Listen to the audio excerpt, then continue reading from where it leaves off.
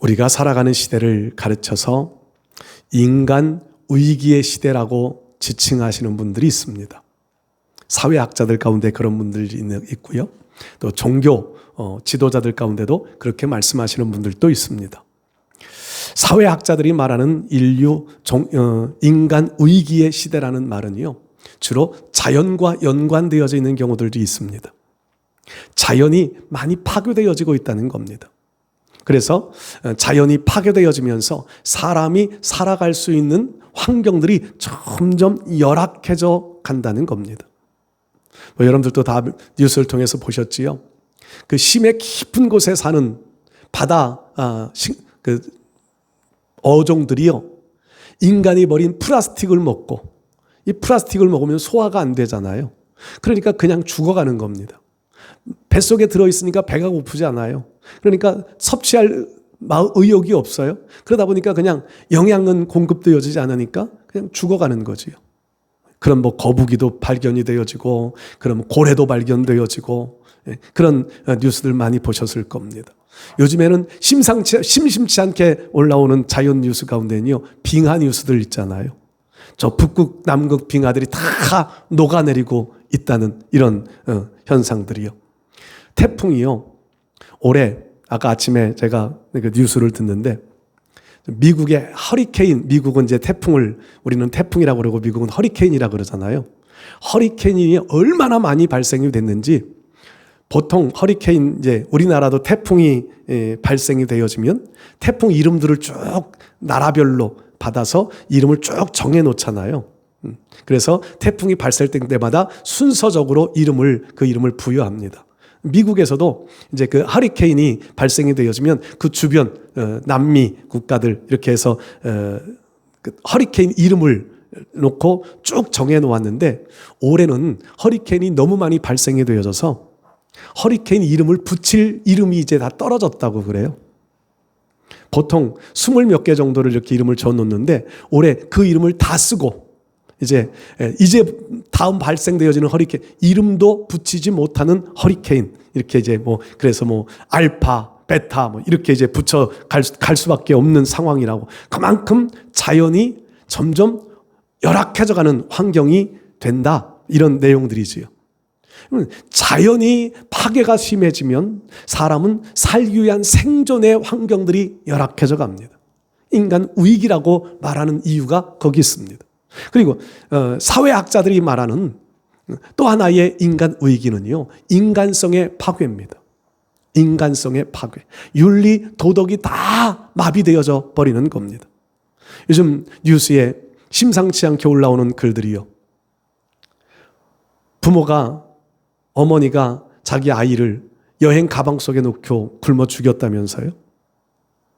또 라면 형제라는 말 요즘 많이 들으시지요. 두 어린 형제, 부모들이 그들 방치해가지고요, 굶고 있다가 라면을 끓이려고 가스불을 켰는데 이게 불이 붙은 거예요. 불이 나가지고 119에 신고를 했는데 찾아와서 보니까 이미 불 나가지고 두 아이가 화상을 입었습니다. 얼마나 인간성이 정말 감각이 무뎌져 있는지, 어머니가 아이들이 굶어가는 것도 모르고 자기 생활에 빠져 있는 거지. 근데 그 글을 읽다가 참 마음에 감동되어지는 내용들이 있더라고요. 형은 3도 화상을 입고 동생은 2도 화상을 입었대요. 똑같은 불길 속에서. 이유를 알고 보니까 불이 나니까 형이 동생을 꽉 끌어안고 불길을 견딘 거예요. 그래도 아직까지 인간성은 살아있는 한 면을 또 볼 수 있어서 참 가슴 아프면서도 훈훈한 이런 마음의 감정도 느껴보았습니다. 우리가 살아가는 시대는요, 인간의 감정이라고 하는 것이 점점 메말라갑니다. 이웃을 돌아볼 형편이 없습니다. 나 혼자 살아가기도 급급해합니다. 이웃을 돌아보기는커녕 가족 돌아보는 것도 이제는 귀찮아합니다. 점점 인간성이 파괴되어져 가고 있는, 성경의 말 양심이 파괴되어 무뎌져 가고 있는 이런 시대에 우리가 살고, 이런 시대를 그래서 인간 위기의 시대라고 하는 단어들을 사용합니다. 종교에서도 그렇지요. 신앙에서도요, 정말 위기의 시대를 살아갑니다. 요즘 우리는 말하지 않아도 질병이라고 하는 것들 때문에 교회가 큰 위협을 당하고 어려움을 당하고 있는 이런 시대인데, 오늘 성경 말씀을 보면은요, 예수님께서 승천하시고 난 이후에 성령이 강림하시고 제자들과 성도들은 성령 능력을 힘입고 충만하여져서 복음을 증거합니다. 그런데 종교인이라고 말하는 탈을 쓴 유대 지도자들, 바리새인을 비롯한 유대 지도자들은 예수님의 이름을 증거하는 일들이 못마땅합니다. 자기들은 예수를 죄인이라고 단죄하고 십자가에 죽였는데 그 예수님이 메시아라고 증거하니까 그 일이 타당하게 느껴지지 않습니다. 그래서 예수님 증거하는 이들을 핍박하기 시작합니다. 예수님의 제자들이 감옥에 갇히게 되어지고 많은 핍박을 당합니다. 베드로와 요한이 감옥에 갇혔다가 풀려나서 그들이 오늘 모여서 하나님 앞에 모여서 간구하는 내용들을 우리가 한 부분을 읽습니다. 종교라고 하는 탈을 썼는데 그 종교라고 하는 탈이요, 기득권을 가지고 있는 탈입니다. 하나님이 원하시는, 하나님이 기뻐하시는 뜻이 무엇인가는 전혀 생각하지 않습니다. 오직 자기들의 기득권을 지키기 위한 종교의 탈을 쓴 이들이 하나님의 뜻을 따라, 하나님의 말씀 따라 살아가려 하는 이들을 핍박하는 시대, 그 시대도 종교 위기의 시대, 오늘 우리 시대도 이런 시대, 다를 바 없는 종교 위기의 시대를 지금 살고 있습니다. 이럴 때에 위기를 만나면 위기를 위기로 그냥 지나쳐 버리면 아픔만 남고 손해본 것만 남습니다. 코로나라고 하는 시대가요, 이 코로나 위기 시대를 그냥 위기, 어려움의 시대로만 그냥 우리가 지나가 버린다면 코로나 시대는 우리에게 상처만 남겨놓고 아픔만 남겨놓고 그냥 떠나가 버린 시대가 되어질 수 있을 겁니다. 그런데 성경의 역사나 인류 역사에 보면 위기의 시대를 기회로 바꾸던 사람들이 있었습니다. 위기라는 단어를 그래서 그렇게 하면 위험이라는 단어와 기회라고 하는 단어가 합쳐진 단어가 위기라는 단어라고 그러잖아요. 위험, 어려움의 시대가 왔을 때는 기회도 따라온다는 겁니다. 기회도. 이런 정말 인간 위기의 시대, 종교 위기의 시대에 살고 있는 우리들도요, 이런 위기의 시대이지만 뭔가 새로운 기회를 만들어갈 수 있다면 오늘 우리가 하나님 앞에 인정받을 수 있는, 옳다 인정받을 수 있는 축복의 사람들이 될 수 있을 줄 믿습니다. 오늘 초대교회는요, 이런 위기를 당했지만 위기의 상황에서 위기를 위기로 끝나버리지 않고 기회로 만들어갔습니다. 오늘 성경 말씀 보면 사도들과 성도들이 모여서 하나님 앞에 기도하면서 마지막 31절 보면 성령이 충만하여 담대히 하나님의 말씀을 전하니라. 그러면서 이 말씀을 전하기 시작하면서부터 5장 넘어가면요, 4장 마지막 부분으로 가면 3,000명, 5,000명 허다한 무리가 주께로 돌아오는 이 놀라운 부흥의 역사들이 계속적으로 진행되어져 갑니다. 위기였지만 더 놀라운 부흥의 역사가 이루어져 가는 겁니다. 위기의 시대였지만 예루살렘 중심의 교회가 세계 교회로 뻗어나가는 계기가 될 수 있었습니다. 위기의 시대였지만 예루살렘 중심의 교회만이 아닌 이제 이방 지역에까지도 교회가 세워져 가면서 더 많은 사람들이 하나님의 나라의 확장을 위하여 일하는 사람들이 더 많아져 갔습니다. 이것이 승리지요. 어려움의 시대의 승리는 이것입니다. 여러분, 오늘 우리가 살아가는 시대, 우리도 이런 인간 위기의 시대, 종교 위기의 시대를 우리도 맞이하고 우리도 이렇게 살아가고 있지만 이런 시대에 우리도 승리의 사람들, 승리의 길을 걸어갈 수 있는 교회가 될 수 있기를 축복합니다. 정말 우리가 어떻게 하면 승리할 수 있을까요? 어떻게 하면 이 위기의 시대를 기회로 만들어 하나님 앞에 승리자로 인정받을 수 있을까요? 오늘 성경 말씀 속에서는 몇 가지를 한번 생각해 봅니다. 첫 번째로요, 이런 어려움의 시대일지라도 하나님을 찾아야 승리의 길을 걸어갈 수 있습니다. 신앙은 영적 사람들은 하나님과의 관계가 끊어지면 사망입니다.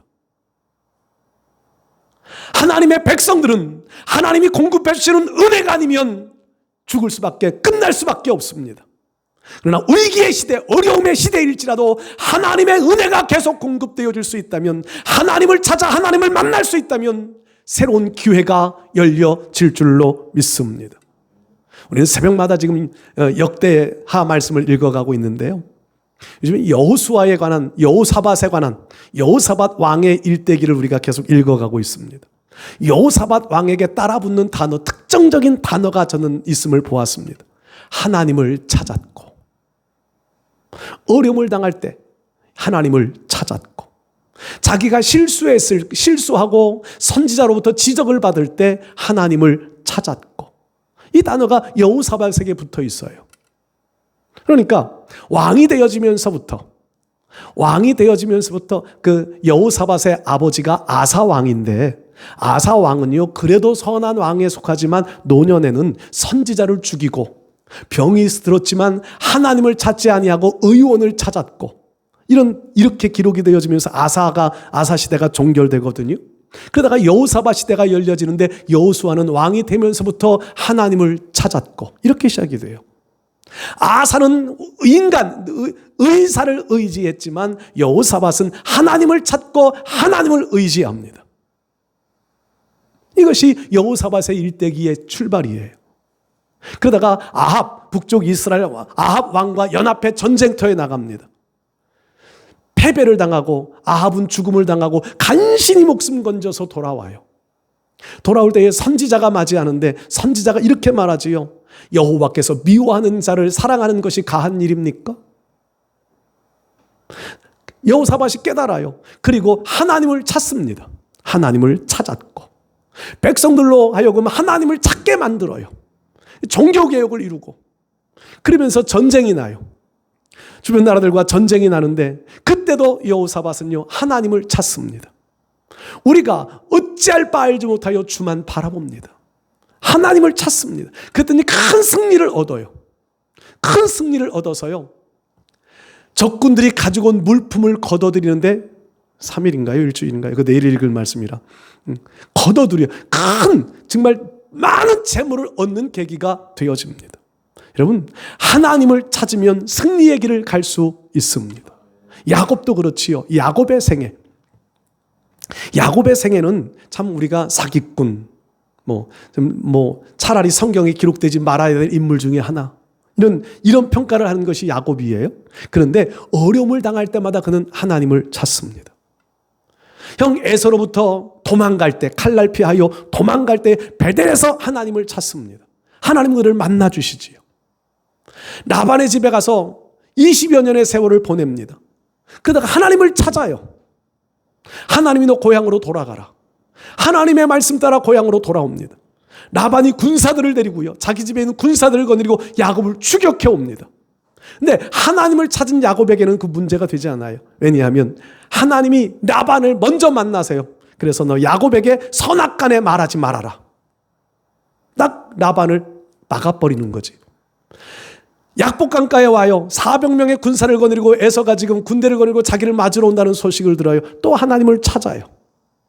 약복강에서 환도뼈가 위골되어지는 씨름을 하면서 하나님을 찾아요. 하나님이 에서의 마음을 바꾸어 주시잖아요.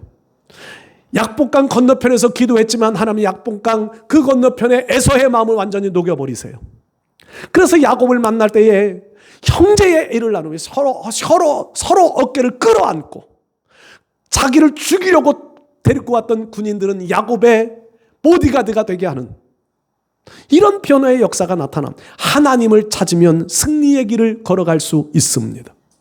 오늘 성경 말씀에도 보면은요, 29절 말씀 보면 사도들과 백성들이 모여서 먼저 한 것이 그 어떤 대책을 논한 것이 아니라, 주여 이제도 그들의 위협함을 굽어 보시옵고, 주여 하나님을 찾습니다. 어려움을 당할 때마다, 믿음의 성도들은 어려움을 당할 때마다 하나님을 찾아야 합니다. 시편 말씀 보면 사슴이 시냇물을 찾듯이 내 영혼이 여호와를 찾기에 갈급합니다. 사슴은 시냇물을 찾아갈 때에 그 물이 그 주변에 사냥꾼이 있을까 없을까, 자기를 노리는 다른 맹수들이 있을까 없을까, 이거 의식한대요. 의식한답니다. 그렇죠? 뭐 자연 다큐멘터리에 보면 물을 먹으러 가는 동물들이 주변을 자꾸 보초까지 세우는 집단 행동을 하잖아요. 그런데 그 물가에 가면 어려움, 위협당할 줄을 안다는 거예요. 그러면서도 물가에 갈 수밖에 없는 것. 사슴은 열이 많은 짐승이라 물을 안 먹으면 죽는답니다. 그래서 본능적으로 물 찾아가는 거예요. 어려움 당할 줄 알지만. 성도의 신앙이 이래야 됩니다. 어려움 당하기 전에 본능적으로 우리는 하나님을 찾아야 합니다. 하나님을 찾는 신앙만이 영적 승리의 길을 걸어갈 수 있습니다. 하나님을 찾는 신앙만이 하나님 앞에 바른 믿음의 사람으로 살아갈 수 있습니다. 성경은 많은 곳에서 말씀하지요. 특별히 아모스서의 말씀은 하나님을 찾으라, 그러면 너희가 살리라. 북쪽 이스라엘 지역에서 활동하던 아모스 선지자인데요. 북쪽 이스라엘은 여로보암 나라를 세울 때부터 우상 숭배에 빠져 있잖아요. 근데 그들에게 선지자들이 설 때마다 외치는 말씀은 하나님을 찾으라, 그러면 살리라는 겁니다. 하나님을 찾으라, 그러면 살리라. 에레미야 선지자도 우리에게 증거하시는 말씀이 부르짖으라, 그러면 내게 응답하겠고 그거 은밀한 일을 내게 보이시리라. 하나님을 찾으면 우리에게 길을 보여주시겠다는 겁니다. 이사야 선지자도 똑같이 말씀하시지요. 하나님이 가까이 계실 때 그를 부르라. 여러분, 하나님은 우리에게서 멀리 떠나실 수 있습니다. 불행입니다. 그것은 정말 영적인 큰 불행입니다. 하나님 계실 때에 하나님 찾아 하나님 만나면 우리의 삶이 형통한 길, 승리의 길이 열려질 줄로 믿습니다. 성경의 모든 인물들이, 역사에 쓰임받은 모든 하나님의 사람들의 특징들은요, 위기의 순간, 어려움의 순간 하나님을 찾아 그 하나님을 만나 그 하나님의 힘으로 승리의 길을 걸어갔다는 겁니다. 우리도 이 어려움의 시대를 살고 있지만 어려움의 시대에 더 하나님을 찾아 그 하나님을 만나 반드시 승리의 길을 걸어갈 수 있는 우리 모두 되실 수 있기를 주의 이름으로 축복합니다. 두 번째로요, 우리가 승리의 길을 가기 위해서는요, 사명을 감당하는 자가 되어져야 승리의 길을 걸어갈 수 있습니다. 사명 감당. 초대교회에 주어진 사명은 복음 증거였습니다. 복음 증거, 교회를 세우는 일이었습니다. 그런데 바리새인들, 유대인들은 그것이 지금 싫은 거지요. 그래서 그들을 죄인의 누명을 씌워 자꾸 감옥에 가두는 겁니다. 그래서 그들은요, 하나님을 찾으면서 기도하는 내용들이 이런 겁니다. 29절 말씀 보면, 또 종들로 하여금 담대히 하나님의 말씀을 전하게 하여 주시오며, 하나님의 말씀 전하는 일에 장애가 되지 않게 해달라는 겁니다. 그리고 30절 말씀, 손을 내밀어 병을 낫게 하옵시고. 이 병을 낫는 것은 육적인 병도 지목되어지겠지만 영적인 병이에요. 영적인 묶임을 풀어놓을 수 있는 영적인 구원의 역사지요. 그리고 또 하나, 기적과 표적과 기사가 거룩한 종 예수의 이름으로 이루어지게 하옵소서. 지금 그들이 핍박받는 이유는 예수 그리스도 이름 때문입니다. 예수 그리스도 이름 때문에 초대교회는 핍박을 받고 있습니다. 어려움, 위기의 순간을 맞이합니다. 그런데 그들의 기도하는 내용은요, 예수의 이름으로 이 모든 일을 이루게 하옵소서. 이게 그들의 기도의 제목이에요. 핍박에 굴하지 아니하고 사명을 가지고 사명자의 삶을 살아갈 수 있게 해달라는 기도입니다. 그 기도의 응답을 하나님 즉각 주시지요. 31절 말씀 보면, 빌기를 다음에 모인 곳이 진동하더니, 하나님이 임재하심의 한 표현, 다양한 표현들이지만 한 표현, 진동이 거기에 등장합니다. 그러면서 무리가 다 성령에 충만하여 담대히 하나님의 말씀을 전하니라. 사명을 감당하고 살아갑니다. 핍박의 시대, 위기의 시대, 그들은 굴복하지 아니하고 오히려 주어진 사명을 위하여 달려갑니다. 사명이라는 말은요, 해도 좋고 안 해도 좋은 것이 아니라 사명은 반드시 해야 될 일입니다. 이 사명이라는 말, 군대 가면 군대 명령이라는 말이 있잖아요. 명령이라는 말은 군대에서는요 꼭 해야 될 일입니다. 전쟁이 일어났을 때는요 상관의 명령을 거역하면 바로 총살할 수 있는 권한까지도 주어져 있다고 예전에는 그런 얘기들도 했는데 지금은 어떤지 모르겠습니다. 지금은 군대가 참 많이 변했더라고요. 이번에 장관 이야기 이렇게 보면서 군대가 참 많이 변했다. 예전 군대 얘기하면 안 되겠다.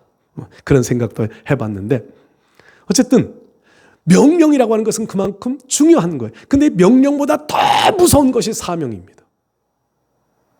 사명은 해도 좋고 안 해도 좋은 것이 아니라 꼭 해야 될 일입니다. 사명은 내가 기분 좋으면 하고 기분 나쁘면 안 하고 이런 종류가 아닙니다. 사명은 반드시 감당해야 할 것이 사명 감당입니다. 이 사명을 감당하게 될 때, 여러분, 사명을 감당할 때 하나님의 역사하심은 더 크게 나타나게 될 줄 믿습니다. 여러분들, 성경에 제가 기적의 시대를 한번 말씀드린 적이 있는데 성경에 많은 기적의 역사가 나타나는 시대가 있잖아요. 모세 시대, 엘리사 시대, 예수님과 사도들의 시대. 참 성경에는요, 성경 역사 속에, 인류 역사 속에 그렇게 많은 기적이 나타나는 시대는 많지 않았을 거예요. 왜 그렇게 기적들이 많이 나타났을까요? 그 시대에 그 사명을 감당하기 위해서였습니다. 사명을 이루기 위해서. 모세가 출애굽의 그 놀라운 대사역을 이루기 위해선 백성들의 마음을 하나로 묶어가야 되겠는데 그 기적이 아니면 이룰 수가 없는 거예요. 사명을 이루기 위해서 하나님 그 표적을 주시는 겁니다. 엘리사 시대도 마찬가지, 예수님 시대도 마찬가지, 제자들 시대도 마찬가지. 사명을 이루어 하나님 나라를 이루어야 하기 때문에 표적의 역사가 나타납니다. 요즘도요, 복음이 막 증거되어지기 시작하는 나라들에는 이런 표적들이 참 많이 나타난답니다. 이해할 수 없는 기적이 나타난대요. 왜요? 사람의 능력이 아니라 하나님이 복음을 위한, 하나님의 나라 이루기 위한 복음을 위한 역사들입니다. 우리들도요, 이 시대에 우리에게 주어져 있는 사명은 각자가 다 다르다고 제가 자주 말씀드립니다. 교회마다 교회가 해야 될 사명이 다르고 성도마다 성도가 감당해야 될 사명은 다를 수 있습니다. 공통적인 것은 복음 증거입니다. 기도입니다. 예배입니다.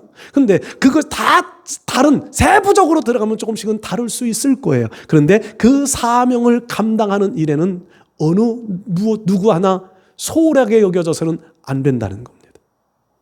사도 바울은 이 사명을 감당하는 일을 이렇게 고백합니다. 우리가 살아도 주를 위하여 살고 죽어도 주를 위하여 죽나니 사나 죽으나 주의 것이라. 여러분들 이런 믿음의 의식을 가지고 살아가시나요? 사나 죽으나 주의 것이라. 여러분, 우리는 이 의식 가지고 사명을 감당해야 합니다. 나는 살아있어도 주를 위하여 죽어도 주를 위하여 나에게 맡겨진 내가 해야 할 사명을 내가 감당하겠다고 하는 이 믿음의 의식을 가지고 살아가야 할 줄로 믿습니다. 사명을 감당하다가 지쳐있는 엘리야를 여러분들 아시지요? 갈멜산에 불을 끌어내려 정말 그 놀라운 역사들을 이루어 백성들의 마음을 돌이켜 놓았습니다. 그리고 바알 아세라 선지자들을 추구하는 이들을 다 죽입니다. 이세벨이 그 죽은 선지자처럼 엘리야도 죽어야 된다는 그 한마디에 도망자가 되어 사막으로 가서 로뎀나무 아래 누워가지고 주여 죽여주옵소서. 그리고는 호렙산으로 갑니다. 하나님이 그를 호렙산으로 이끌어 가시는 거지요. 호렙산에 이르는 엘리야에게 하나님이 임하십니다. 엘리야는요, 하나님의 종들은 다 죽고 나만 남았습니다. 내 목숨도 죽이려고 합니다. 사명에 지쳐있는 그에게 하나님은 말씀합니다. 내가 바알에게 무릎 꿇지 아니한 7,000명의 용사를 남겨두었다. 어디에 남겨두었는지는 모르겠습니다. 근데 중요한 것은요, 하나님은 하나님의 나라 이루기 위한 사명을 위하여 7,000명의 용사들을 숨겨두었다는 겁니다. 저는 이 말씀을 읽어가면서 이렇게 기도했습니다. 하나님, 우리 생명샘 교회에 속한 우리 사랑하는 성도들이 하나님 앞에 사명을 감당하는데 이 7천 명의 용사와 같은 마음 가지고 사명 감당하는 사명자들이 되게 하여 주옵소서. 여러분, 우리는 하나님이 숨겨놓은 7천 명의 용사와 같은 사명 의식을 가지고 있어야 합니다. 이 시대에, 정말 어려움의 시대에, 위기의 시대에 하나님의 나라를 세우기 위하여서 숨겨놓은 7천 명의 용사들, 그들은요 숨어 있어야만 됐습니다. 숨어 산다는 것이 쉬운 일입니까? 그러나 사명의 때가 되어지면 그들을 일으켜 세우셔서 하나님의 나라를 세우실 거라는 하나님의 약속이거든요. 위기의 시대 어렵게 살아가고 있지만 우리가 때가 되어지면 하나님 우리를 사명의 자리로 세우실 때에 그 사명을 정말 뜨겁게 감당하겠다고 하는 믿음의 의식, 여러분들 이 의식을 가슴속에 꼭 품고 살아가시기를 축복합니다. 이 사명자의 의식을 가지고 살아가면 반드시 하나님은 우리를 승리의 길로 이끌어 가실 줄 믿습니다. 세 번째로요, 승리의 길을 걸어가기 위한 또 하나의 조건이 있습니다. 사랑을 실천해야 한다는 겁니다. 사랑. 막달라 마리아는 성경에서 참 은혜 중에 은혜를 입은 여인. 은혜를 입지 않았다면 그 여인은요 정말 손가락질에 갖은 모욕 침뱉음을 당하 살아가야 할 마땅한 여인. 그런데 그가 하나님의 은혜를 입었습니다. 예수님의 은혜를 입었습니다. 예수님의 은혜를 입은 이 여인은 예수님을 위하여 뭔가 드리는 것이 아까운 것이 하나도 없습니다. 주님을 사랑하는 마음 때문이었습니다. 옥합을 깨뜨리는 것이 아깝지 않았습니다. 옥합만 깨뜨리나요? 예수님 십자가에 처형되어 주셨습니다. 안식일이 지나갔습니다. 아무도 예수님을 기억하지 않는 것 같습니다. 예수님 그 무덤에 장사 지낼 때 향유도 바르지 못했다는 생각이 듭니다. 그래서 향유를 준비해서, 그리고 로마 군인들이 지키고 있을 그 무덤을 찾아갑니다. 저는요 아직까지도요 성년인 지금도 무덤, 밤에 혼자 무덤에 가라면 두려운 마음도 듭니다. 여인이 그게 쉬운 일이었을까요? 우리와 문화는 좀 다르는지 모르겠지만 쉬운 일이었을까요? 거기에요 예수님을 지금 장사해 내온 것은요 예수님 무덤 하나만 있는 무덤이 아니라 공동묘지예요. 소위 말하면 공동묘지. 예루살렘 사람들을 다 갖다 묻어놓는 공동묘지의 한 묘지입니다. 물론 아무도 묻지 않은 아리마대 사람 요셉이 새로 만들어 놓은 무덤이기는 하죠. 그 유대인들의 무덤은 정말 공동 무덤이잖아요. 가족묘. 다 거기 시신을 그냥 요즘 장례 문화처럼 화장해서 그냥 뼈만 갖다 놓는 게 아니라 그냥 죽으면 하루 만에 그냥 시신 갖다 다 그 무덤 안에 갖다 놓는 거잖아요. 그런 무덤을 찾아가기가 쉬웠을까요? 그 말씀을 이렇게 보는데 그 말씀 저에게는요 나는 못 갈 것 같다. 저는 막달라 마리아의 예수님 사랑하는 마음에 발끝만큼도 못 쫓아갈 것 같은 마음이 들더라고요. 막달라 마리아가 그 무덤에 찾아갈 수 있었던 것은 예수님을 향한 사랑 때문이었습니다. 예수님을 향한 사랑, 그 마음 때문에, 그 마음 사랑의 실천 때문에 무덤에 주저없이 찾아가는 거예요.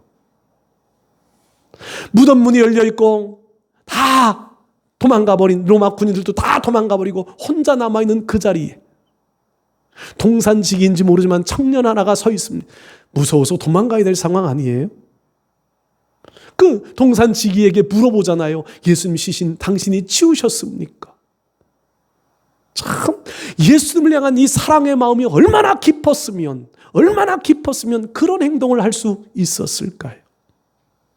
우리 사랑하는 성도 여러분들, 그런 만큼의 예수님을 향한 사랑의 마음을 품으실 수 있기를 축복합니다. 그만큼은 되어지지 못할지라도 그런 사랑을 본받고 배우기 위한 마음이라도 좀 가져봐야 되지 않을까요? 초대교회 성도들은 그런 주님의 사랑을 배웠습니다. 그런 주님의 사랑을 가슴에 품었습니다. 그래서 그들의 삶이 변화되어져 갑니다.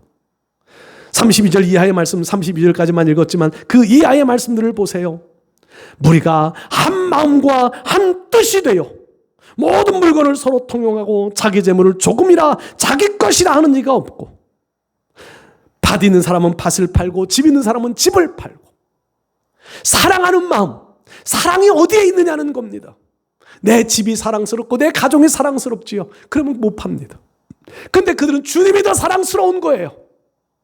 주님이 더 사랑스럽고 더 귀한 거지요. 여러분, 이 마음에 우리가 한 마음 되어졌으면 좋겠습니다. 제가 여러분들 보고 집 팔고 다른 거 땅 팔고 하라는 말씀 아닙니다. 오늘 우리가 예수님의 사랑의 마음을 가지면 우리도 이 초대교회 성도들과 같이 한 마음이 되었으면 좋겠다는 겁니다. 우리가 정말 교회를 사랑한다면 교회를 위한 사랑하는 한 마음이 되었으면 좋겠습니다. 사탄은 우리의 마음을 갈라놓으려고 역사합니다. 사탄은요, 모든 교회들에 다 똑같습니다. 사탄은 갈라놓으려 합니다. 성도들의 마음을, 목사와 성도를 갈라놓으려고 합니다. 그러나 하나님의 역사는 하나 되게 함의 역사입니다. 한 마음, 한 뜻 품고. 오늘 사도행전도 그렇지만 빌립보서에도 골로새에서 계속 나오는 말씀들이 한 마음을 가져라. 여러분, 한 마음으로 우리 같이 하나님을 섬기실 수 있기를 축복합니다. 한 마음 되어지기 위하여서 말도 조심하고 행동도 조심하고 한 마음 되어지는 것을 깨뜨리는 사탄의 앞잡이 되어지지 말고 하나님의 사랑의 손길에 붙잡혀 사랑으로 한 마음 되어 하나님의 나라 세워갈 수 있는 우리 모두. 여러분, 미갈 같은 사람 되지 마십시오. 다윗의 아내가 되었던, 사울의 딸이었던 미갈 같은 여인. 모든 백성들이 한 마음 되어 하나님의 법궤 옮겨 있는 일에 한 마음 되어져 있을 때에 먼 발치에서 구경꾼 되어 구경하다가 비판자가 되어 다윗을 비판하다가 정말 저주받은 인생으로 그의 인생 마감되어지는 것을 성경은 기록해 놓고 있습니다. 우리가 하나님의 나라 세워가는 일에 한 마음 되어지는 일을 깨뜨리지 말고 우리가 정말 말로 사랑으로 행동으로 한 마음 되어져서 하나님의 교회를 사랑하게 될 때에 우리는 반드시 승리의 역사들을 맛볼 수 있게 될 줄 믿습니다. 하나님의 역사는 위기의 시대에도 하나님의 역사는 중단되지 않습니다. 어려움의 시대에도 하나님은 하나님의 일을 중단하지 않으십니다. 저는 우리 생명샘교회와 생명샘교회에 속한 우리 성도 여러분들이 하나님의 역사를 이루어가는 통로, 위기의 시대, 어려움의 시대이지만 이 시대를 오히려 기회로 바꾸어 승리의 역사를 이루어갈 수 있는 축복의 통로리 모두 되실 수 있기를 바랍니다.